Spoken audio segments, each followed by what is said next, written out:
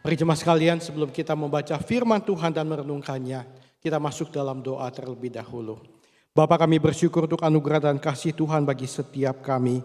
Kami bersyukur pagi ini kami boleh kembali datang di hadapan hadirat-Mu. Kembali kami boleh menyembah Tuhan. Kami rindu Bapa, seluruh kebaktian ini, seluruh rangkaian ibadah ini menjadi satu perjumpaan pribadi kami dengan Engkau ya Bapa. Dan tolong Tuhan supaya di dalam setiap penyembahan kami betul-betul hati kami tertuju menghormati Tuhan. Kami bukan hanya mengikuti sebuah channel streaming untuk mendapatkan hiburan rohani. Kami bukan hanya ikut channel streaming untuk mendengar lagu-lagu yang enak ataupun mendengarkan khotbah yang nyaman di telinga kami. Tapi Bapa, biarlah Engkau boleh melihat setiap kami Tuhan, baik yang ada di rumah Tuhan maupun yang ada di rumah kami masing-masing. Kami adalah penyembah-penyembah sejati yang menyembah Engkau di dalam roh dan kebenaran. Kami rindu Bapa ketika kami membaca dan merenungkan firman-Mu pada pagi ini. Dari surat 1 Petrus pasal 5 tentang bagaimana setiap penatua gereja Tuhan untuk boleh menggembalakan umat Tuhan.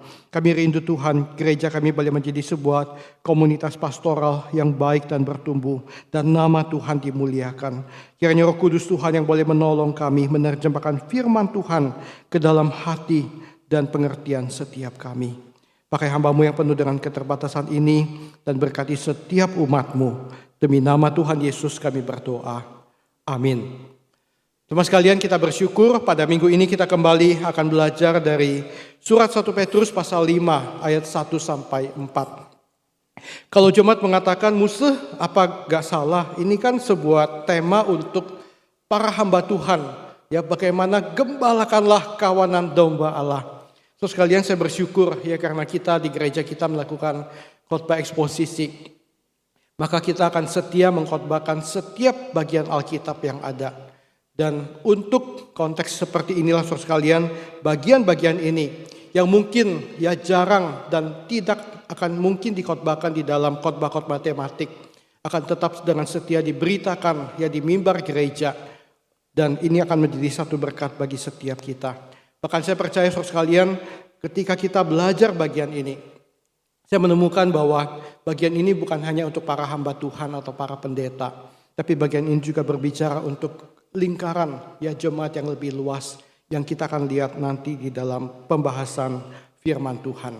Saya mengajak mari kita akan membaca bersama-sama ayat yang pertama. Teman-teman yang di rumah boleh membaca bersama dengan saya yang akan membacakan dari sini. 2, 3. Aku menasihatkan para penatua di antara kamu. Aku sebagai teman penatua dan saksi penderitaan Kristus yang juga akan mendapat bagian dalam kemuliaan yang akan dinyatakan kelak. Cuma sekalian, sangat menarik di sini adalah kita menemukan 3 cara Petrus menggambarkan dirinya. Petrus menasihatkan ini kepada para penatua gereja mula-mula. Yang pertama, Petrus mengatakan aku sebagai teman penatua. Di dalam bahasa Yunani sum presbyteros, fellow elder. Satu hal yang sangat luar biasa adalah kalau kita melihat ya lukisan-lukisan dari Rasul Petrus ya dari abad mula-mula ataupun abad pertengahan. Para seniman dan para pelukis dan juga tradisi gereja mula-mula begitu menghormati Petrus. Dan Petrus selalu dilukiskan dengan membawa kunci yang besar. Yang penafsiran para seniman bahwa ketika Yesus mengatakan maka aku memberikan engkau kunci kerajaan surga. Yaitu menjadi satu hal yang melekat di dalam jati diri Petrus. Tetapi di bagian ini ketika Petrus mengatakan kepada para penerima surat Petrus. Petrus tidak mendeklarasikan aku sebagai rasul yang besar. Aku sebagai murid Tuhan Yesus Kristus memerintahkan kepada kamu. Enggak saudara sekalian. Tapi Petrus menempatkan dirinya humble, ya, mengidentifikasi dirinya bersama-sama dengan para penatua gereja mula-mula. Dan dia mengatakan aku sebagai rekan penatua. Dalam arti Petrus ini mengatakan aku pun adalah seorang penatua yang bersama-sama dengan kalian menggembalakan umat Tuhan. Artinya apa saudara sekalian? Artinya untuk siapakah bagian ini ditujukan? Ketika Petrus mengatakan aku menasihatkan para penatua di antara kamu. Kita tahu gereja kita adalah gereja Presbyterian. Dan gereja Presbyterian di dalamnya para rohaniwan dan para majelis melayani bersama-sama sebagai lingkaran penatua gereja. Saudara sekalian, itu berarti bahwa bagian ini adalah bagian yang berbicara kepada para penatua, baik rohaniwan maupun para majelis. Biasanya bagian ini akan disampaikan di dalam seminar pastor conference atau di dalam kelas pelatihan pendeta atau gembala ataupun di kelas-kelas pastoral di sekolah Alkitab. Tetapi di bagian Alkitab ini sebenarnya Petrus dengan jelas mengatakan, aku memberikan ini kepada para penatua di dalam gereja mula-mula. So sekalian, siapakah penatua itu? Yaitu berarti hamba Tuhan, majelis. Saudara yang dilantik sebagai pengurus komisi pun di dalam pengertian tertentu engkau adalah penatua. Engkau adalah orang-orang yang dipercayakan Tuhan untuk mengurus, untuk menggembalakan, untuk memperhatikan komunitas kecil di mana engkau ditempatkan. Dan bagi para pemimpin CGF atau pemimpin Komsel, so sekalian, saudara pun adalah pemimpin kelompok di dalam komunitas yang Tuhan percayakan. Dan untuk bagian itu, untuk lingkup itu, Tuhan ingin kita juga melakukan tugas pastoral, menggembalakan umat yang Dia percayakan. Dan saya percaya kalau bagian ini kita terapkan dengan baik di dalam seluruh kehidupan bergereja, ya gereja akan menjadi sebuah pastoral community yang sehat. Gereja akan menjadi tempat yang penuh dengan kasih dan anugerah Tuhan yang dilimpahkan, di mana setiap orang-orang yang bertumbuh matang di dalam imannya mempunyai sebuah hati seperti Tuhan Yesus yang memperhatikan, yang menggembalakan umat Tuhan. Dan saya percaya ketika gereja bisa berfungsi seperti itu, gak ada jemaat yang akan mengatakan, gua nggak merasa diperhatikan. Saya tidak merasa gereja care sama saya. Mengapa? Ya karena semua bagian dari gereja Tuhan berfungsi dengan maksimal. Itu berarti ini adalah sebuah panggilan juga. Musuh bukan sedang ingin memberikan sebuah beban tambahan kepada para majelis atau para pengurus dan aktivis di gereja. Tapi musuh ingin mendorong supaya kita punya sebuah hati yang seperti Tuhan Yesus. Ya panggilan kita, ya entah saudara mendapatkan tugas di bagian apapun juga. Ya saudara sekalian, hati pastoral dan hati yang mengasihi jemaat dan kawanan domba Allah merupakan sesuatu yang Tuhan ingin ditumbuhkan di dalam hidup kita. Yang kedua, cara kedua Petrus menggambarkan dirinya, dia mengatakan selain dia adalah sun presbyteros atau rekan penatua, dia mengatakan aku juga adalah seorang saksi dari penderitaan Kristus. Di dalam bagian ini Petrus ingin menverifikasi bahwa ajaran yang dia berikan di dalam bagian ini dan nasihat yang dia berikan adalah sesuatu yang eligible. Dia adalah seorang di antara murid-murid Kristus yang ikut melihat kehidupan Kristus dan menyaksikan penderitaan Kristus. Tapi saya percaya ketika Petrus mengatakan kalimat ini, dia tidak lagi mengatakan dengan sebuah hati yang bangga dan merasa dia hebat. Sebab mengapa? Di dalam bagian ini ada sebuah failure story yang mengikuti Petrus. Ketika dia mengatakan aku adalah saksi penderitaan Kristus, dia tahu orang-orang yang menerima surat ini tahu kisahnya. Karena rasul-rasul lain pun mengkisahkan, menceritakan. Dan mungkin Petrus sendiri pun telah menyaksikan apa yang telah terjadi di dalam peristiwa sekitar penangkapan dan penyaliban Tuhan Yesus. Yang kemudian itu menjadi sebuah kisah yang dicatat di dalam kitab-kitab Injil oleh Markus, Matius, Lukas, dan juga Yohanes. Ketika di dalam peristiwa itu Petrus pernah menyangkal Tuhan Yesus untuk sesuatu yang sepele. 3 kali Petrus menyangkal, mengatakan aku tidak kenal orang itu. Dan kemudian Petrus menyesal dan menangis dengan hati yang hancur. Dan kemudian ketika Yesus memulihkan Petrus kembali, Yesus bertanya, Petrus, apakah engkau mengasihi aku lebih daripada semuanya ini? Dan Petrus mengatakan, Tuhan, engkau tahu semuanya, engkau tahu aku mengasihi engkau. Dan Yesus mengatakan, gembalakanlah domba-dombaku. Jemaat sekalian, di dalam bagian ini saya menemukan satu hal. Seringkali ketika kita mengkisahkan kesaksian kita, kemenangan kita, keberhasilan kita, kekuatan kita, komitmen kita, kehebatan kita. Orang-orang yang mendengarkan kesaksian kita akan mengatakan, oh luar biasa, ya dia hebat, ya Tuhan bekerja dengan luar biasa dalam hidupnya. Tapi kok aku gak seperti itu ya? Kenapa saya berdoa, saya berjuang, saya gak bisa seperti itu, saya tidak sehebat itu. Tapi ketika kita mengkisahkan anugerah Tuhan yang bekerja dalam hidup kita lewat sebuah failure story yang kita pernah alami. Dan di dalam failure story itu Tuhan mengangkat kita, Tuhan memulihkan kita.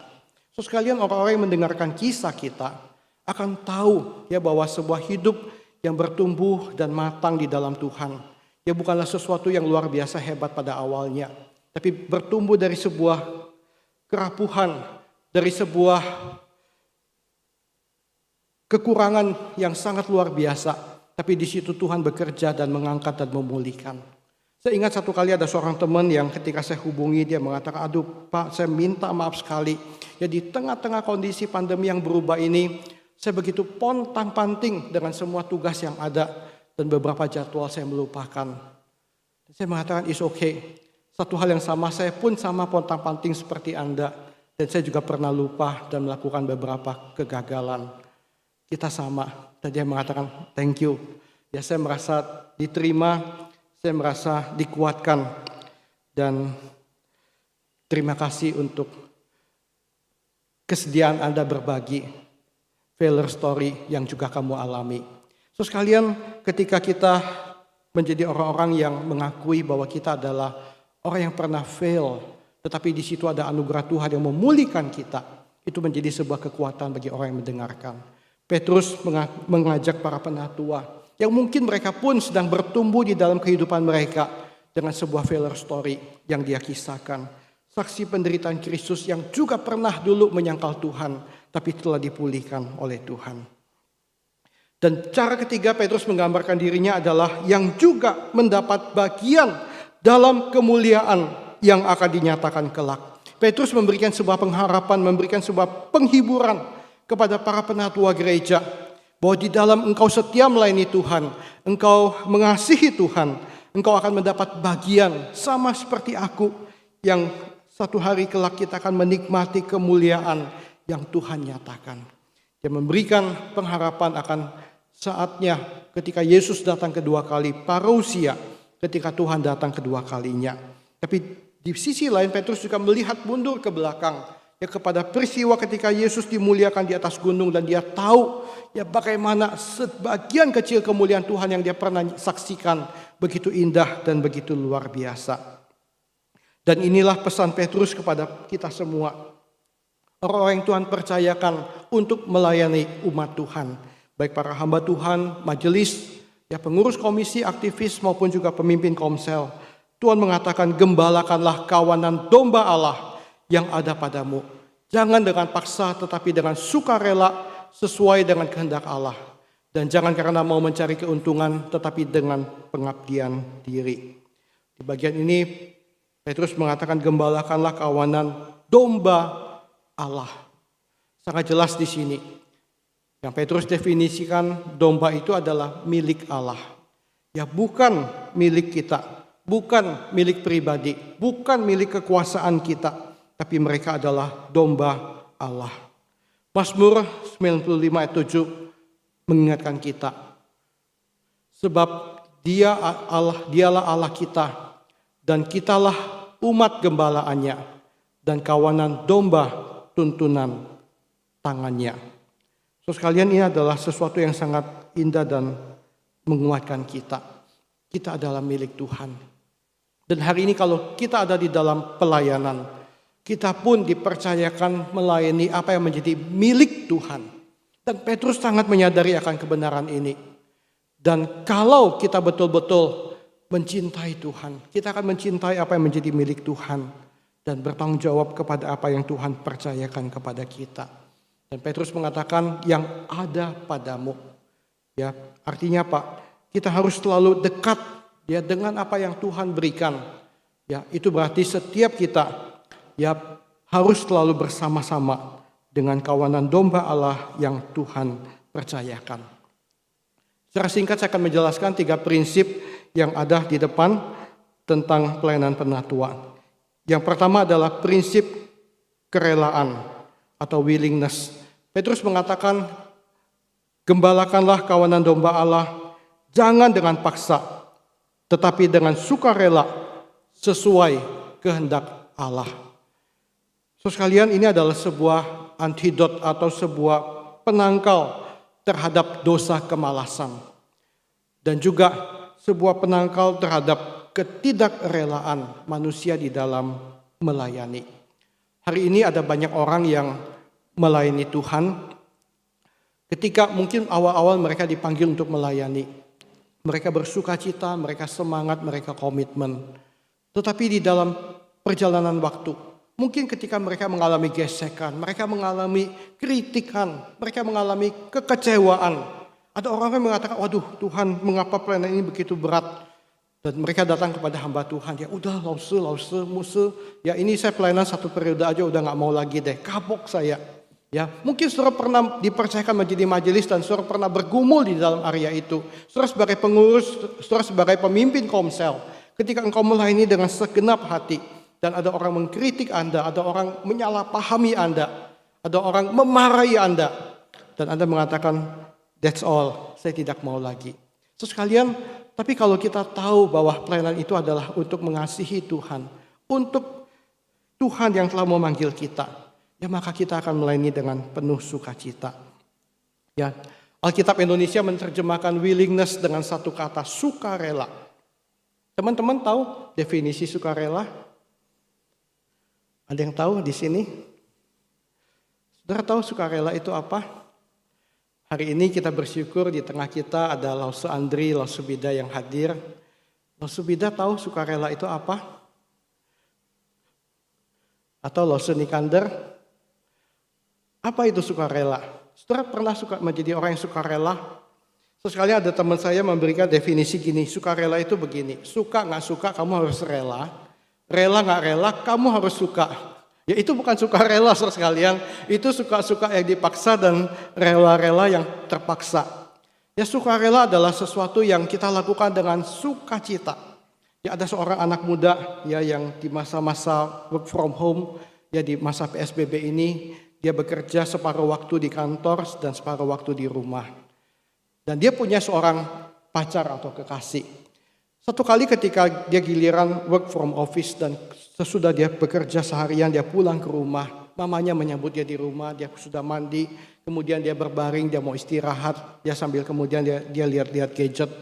Dan kemudian mamanya datang mengatakan, nak, beras di rumah habis, mama butuh bantuan kamu, bisa nggak kamu pergi ke Indomaret beli beras, ya 1 bungkus 5 kilo begitu, dan tolong juga bawa tabung LPG kita yang sudah habis. Mama mau masak buat kamu, supaya nanti malam kita semua bisa makan.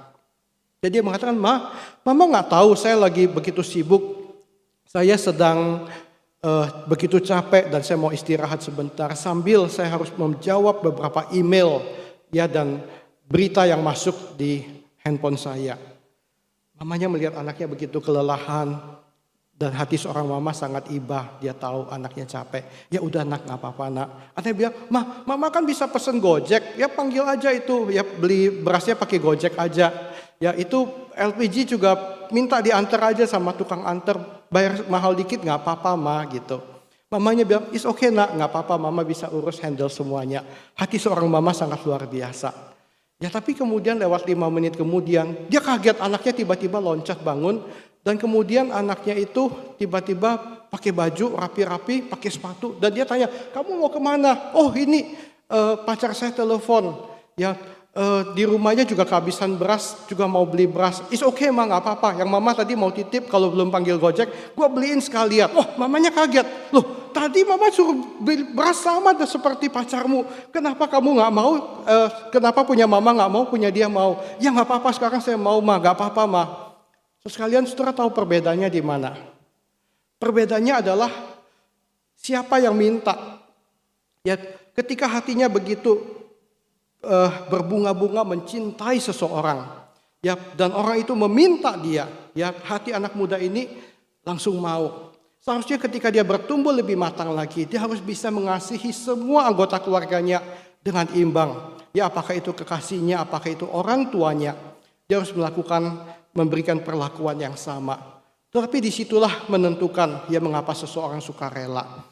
Ketika kita mengasihi seseorang, kita rela melakukan itu. Ada kisah lain, seorang anak yang orang tuanya sedang di ICU di rumah sakit. Dan kemudian satu hari dokter membuka sebuah resep yang dimana itu adalah obat yang langka. Dan ketika dicari di rumah sakit obat itu nggak ada. Dan untuk mendapatkan obat itu mereka telepon cari dan ada sebuah apotek yang jaraknya cukup jauh dari rumah sakit itu. Dan anak itu mengatakan, "Is okay, saya akan segera lari ke situ untuk membelikan obat itu untuk orang tua saya." So sekalian dia naik motor ya, dan kebetulan hari itu di dalam cuaca yang hujan cukup deras. Dia menerobos air hujan, pergi ke apotek untuk mendapatkan obat dan kembali lagi sekian kilometer untuk mendapatkan obat itu. Kemudian ada seorang hamba Tuhan datang berkunjung mendoakan orang tua yang sakit. Dan ketika melihat anak ini dia mengatakan, "Aduh, kamu begitu luar biasa. Ya kamu kehujanan, kamu harus pergi sekian jauh untuk mendapatkan obat bagi orang tuamu. Ya, apakah kamu bisa ya cepat mandi dan ganti baju supaya kamu nggak sakit?" Anak ini mengatakan apa kepada hamba Tuhan itu? Dia mengatakan, "It's okay Pak, saya rela melakukan semua ini demi orang tua saya bisa sehat kembali." So sekalian, inilah arti kata rela. Hari ini ketika engkau melayani Tuhan yang telah mengasihi engkau, yang telah memanggil engkau. So sekalian, apakah kita juga punya sebuah kerelaan yang sama? Kita mengatakan, "Tuhan, apapun yang aku alami di dalam pelayanan, aku rela Tuhan. Sebab aku mencintai Tuhan. Dan aku mencintai apa yang Tuhan percayakan kepadaku." Prinsip yang kedua di dalam pelayanan penatua adalah prinsip pengabdian. Petrus mengatakan, jangan karena mau mencari keuntungan, tetapi dengan pengabdian diri. Ini adalah sebuah penangkal terhadap satu dosa favorit dan dosa klasik yang sudah ada di dunia sejak zaman dahulu kala. Namanya adalah ketamakan atau materialisme. So sekalian, satu hal yang sangat mempermalukan adalah sepanjang sejarah dunia selalu menyoroti gereja dan mereka selalu mengatakan ada waktu-waktu tertentu dan ada gereja-gereja tertentu yang sangat materialistis dan sangat tamak. So sekalian, ini sesuatu yang kita sangat mengganggu kita dan kita tidak suka. Tapi saudara sekalian, ketika kita melihat kenyataan gereja-gereja Tuhan yang ada di dunia di sepanjang zaman, kita harus mengatakan bahwa statement ini ada sebagian benar. Walaupun kita setuju bahwa ada juga banyak gereja Tuhan yang tetap melayani Tuhan dengan setia dan komitmen dan tidak materialistis. Tetapi saudara sekalian, tuduhan ini ya dan penghakiman ini yang menjadi sebuah cermin yang menjaga kita untuk berhati-hati. So sekalian, saya bersyukur pada kebaktian doa kemarin ketika satu hamba Tuhan memimpin doa. Dia mengatakan, mari kita berdoa di waktu-waktu ini.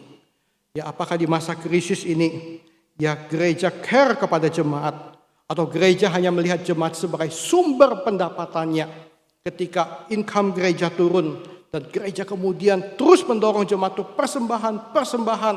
Ya, motifnya adalah apa? Untuk mendapatkan lebih dan lebih lagi. So sekarang saya percaya gereja yang setia kepada Tuhan tidak akan seperti itu. Saya membaca kisah-kisah pada zaman Black Death di zaman Martin Luther. Para rohaniwan dan gereja Tuhan melayani Tuhan tetap dengan setia di tengah wabah yang sedang merajalela di Eropa pada waktu itu. Para hamba Tuhan tetap berani untuk pergi melayani. Bahkan ketika mereka mendapatkan risiko tertular wabah penyakit dan itu bisa berdampak pada nyawa mereka. Mereka tetap melakukan dengan setia di dalam situasi seperti itu. Jemaat sekalian, saya berdoa di dalam situasi seperti ini. Ketika gereja Tuhan melayani lebih di dalam bidang misi maupun di dalam bidang pelayanan diakonia dan sosial. Kita tidak perlu merasa malu kepada jemaat atau kepada Tuhan. Karena itu adalah satu panggilan yang pantas yang kita lakukan. Tapi kalau di masa seperti ini misalnya, ya tiba-tiba gereja membeli layar LED yang harganya sekian M Atau kemudian gereja membeli piano Steinway yang harganya sekian M. Saya sebagai pendeta tentu merasa malu. Mengapa? Karena di masa seperti ini kita nggak butuh yang seperti itu. Ya, apakah piano Steinway itu salah? Tidak, saudara sekalian. Tapi bukan waktunya kita membeli grand piano yang semahal itu. Tetapi jikalau di dalam kondisi ini kita melakukan pelayanan diakonia secara lebih ataupun pelayanan misi ya secara lebih lagi. Ya, dan untuk itu kita memakai apa yang ada dan Tuhan berikan dengan penuh tanggung jawab. Itu bukan sesuatu yang mempermalukan. Terus sekalian, Petrus katakan jangan karena mau mencari keuntungan, tapi karena pengabdian diri. Yang ketiga, prinsip keteladanan. Janganlah kamu berbuat seolah-olah kamu mau memerintah atas mereka yang dipercayakan kepadamu, tapi hendaklah kamu menjadi teladan bagi kawanan domba. So, sekalian, prinsip ini adalah sebuah penangkal terhadap bahaya power abuse. So, sekalian, seringkali kita bisa menyalahgunakan sebuah kekuasaan yang Tuhan percayakan kepada kita. Dan ini seringkali juga terjadi di dalam area pelayanan rohani. Ketika orang-orang yang mempunyai otoritas rohani menyalahgunakan kekuasaan mereka.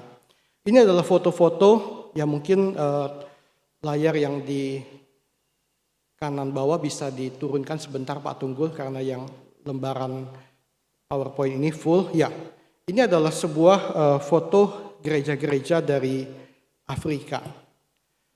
Sebuah power abuse yang dilakukan oleh para pemimpin gereja dengan sangat memalukan.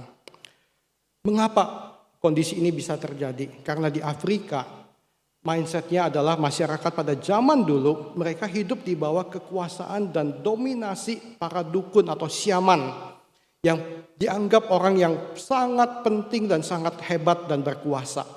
Ketika para dukun itu dipercaya punya kekuatan gelap, kuasa-kuasa dari dunia supranatural yang sanggup mengubah nasib orang-orang di Afrika.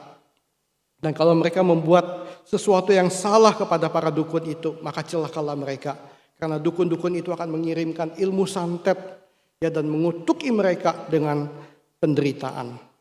Dan ketika orang-orang ini mendengar berita Injil dan datang kepada Tuhan. So, sekalian mereka menjadi orang Kristen tetapi di bawah sadar mereka, mindset mereka masih begitu takut kepada otoritas pemimpin rohani. Sehingga para pemimpin rohani di sana mempunyai sebuah power yang sangat besar di dalam hidup jemaat mereka. Dan ketika mereka tidak mengontrol pemakaian kuasa itu, itulah yang terjadi. So, sekalian, ada pendeta yang mengkhotbahkan bahwa karena Tuhan yang penuh kuasa, maka kita bisa pegang ular, kita bisa minum racun ular dan kita tidak akan mati. Dan dia demonstrasikan itu, dia suruh jemaatnya maju ke depan, ayo kamu minum bensin ini. Di dalam nama Tuhan kamu akan sehat, kamu tidak akan mati dan buktikan imanmu di depan jemaat.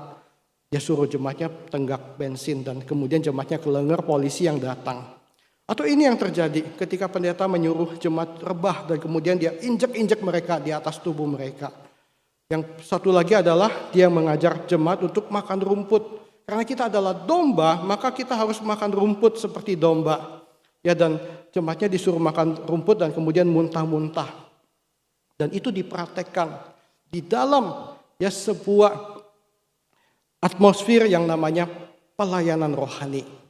So, sekalian mereka betul-betul memanipulasi dan menyalahgunakan firman Tuhan.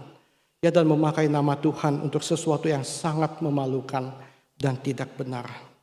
So, sekalian, inilah yang Petrus ingatkan. Di dalam kita melayani, jangan kita berbuat seolah-olah kamu mau memerintah atas mereka yang dipercayakan kepadamu.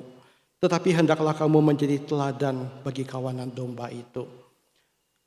Terus kalian, contoh yang saya berikan tentang gereja di Afrika adalah sebuah contoh yang sangat ekstrim.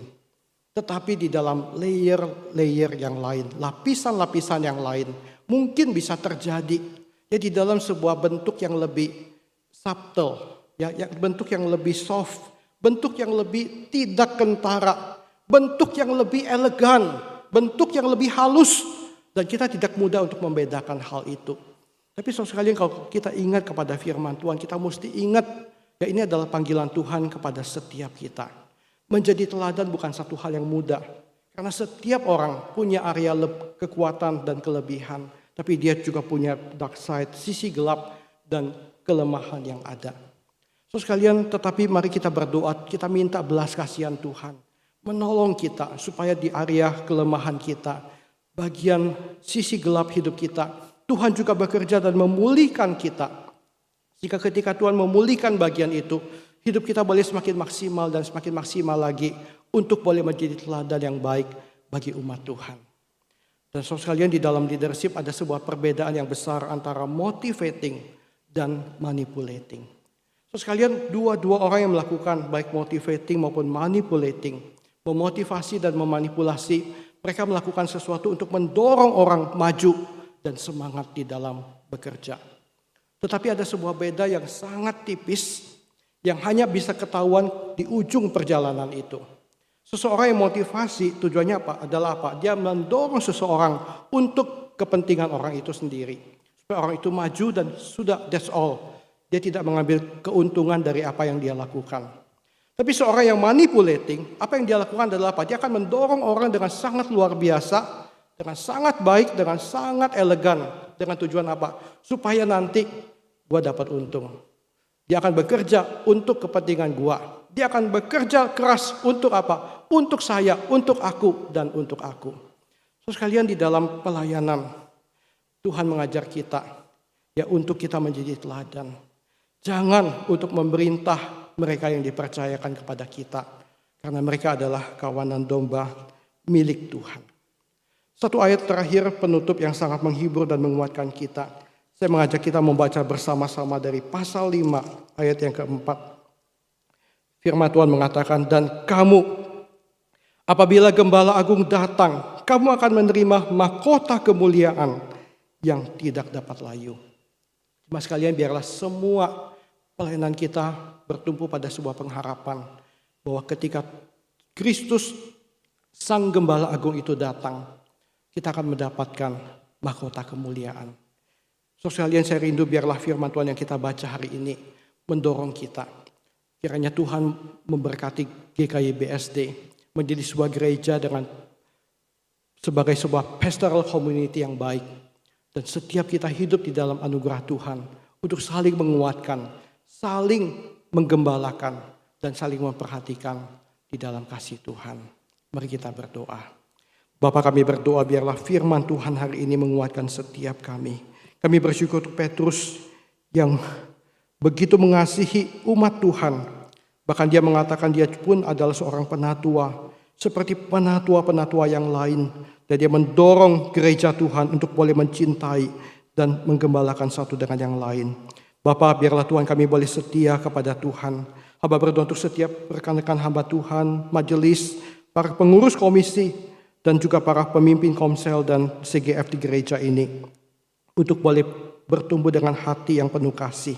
Dan biarlah setiap jemaat boleh merasakan akan kasih Tuhan di tengah-tengah gereja ini Tuhan. Bapa, bangkitkan lebih banyak lagi orang-orang yang punya hati gembala. Hati seperti Tuhan Yesus. Hati seperti Petrus untuk mengasihi komunitas yang ada. Dan kami boleh melakukan itu dengan hati yang murni untuk kemuliaan Tuhan. Terima kasih Bapa. Siapkan hati kami juga sebentar kami akan masuk menerima perjamuan kudus Tuhan. Biarlah kami boleh kembali mengenang pengorbanan Tuhan di kayu salib untuk bersatu dengan Tuhan di dalam kematian dan kebangkitan Tuhan yang telah Tuhan nyatakan bagi kami. Demi nama Tuhan Yesus kami berdoa. Amin.